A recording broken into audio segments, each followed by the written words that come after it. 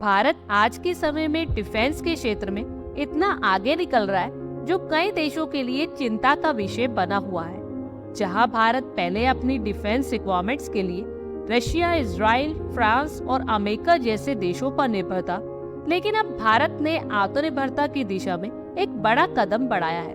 Specially DRDO ने भारत को एक ऐसी तकनीकी सफलता दिलाई है जो दुनिया के बड़े से बड़े देश देखकर हैरान हो रहे हैं। बता दें कि डीआरडीओ ने फायर कंट्रोल रडार सिस्टम को डेवलप किया है जो हर तरह की इलेक्ट्रॉनिक वॉर में भी अपनी अद्भुत क्षमता दिखाएगा। इसकी सबसे बड़ी खासियत ये है कि कम पावर में भी अच्छे तरीके से परफॉर्म कर सकता है, जिससे इंडियन फाइटर जेट्स की ताकत कई गुना बढ़ जाएगी। भारत ने अपने नए रडार सिस्टम को तेजस MQ-2 जैसे स्वदेशी फाइटर जेट्स में शामिल करने की योजना बनाई है, लेकिन इस तकनीक का एक और बड़ा प्रयोग रफाल फाइटर जेट्स में करने की तैयारी थी।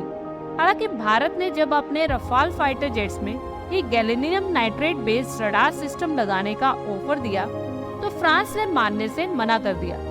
रडार सिस्टम की सफलता के बाद अब भारत ने एक और ऐतिहासिक कदम उठाया है और वो ये है कि दुनिया का पहला रैमजेट राउंड बनाने की दिशा में कदम उठाया।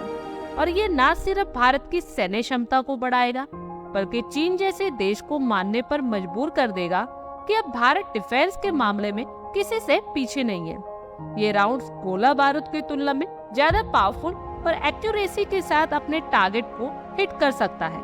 ये तकनीक भारत को आधुनिक युग में न सिर्फ बढ़त दिलाएगी बल्कि ये साबित भी करेगी कि अब भारत किसी दूसरे देश पर निर्भर नहीं है। चीन जो हमेशा से अपनी सैन्य क्षमता के लिए जाना जाता है, अब भारत के इस नए रैमजेट राउंड की क्षमता से चिंतित हो सकता है। खैर, भारत का ये नया रडार सिस्टम और रैमजेट राउंड देश की सुरक्षा को नेक्स्ट लेवल तक ले जाएगा और वो दिन अब दूर नहीं जब भारत के डिफेंस सिस्टम की तकनीकी क्षमता दुनिया के किसी भी सुपर पावर देश से कम नहीं होगी। डीआरडीओ की सफलता पर आप लोगों की क्या कुछ राय है, कमेंट बॉक्स में शेयर करें। आई होप आपको हमारी ये वीडियो अच्छी लगी होगी और आगे भी इसी तरह के अपडेट्स के लिए हमारे चैनल को जरूर सब्सक्राइब करें। धन्यवाद।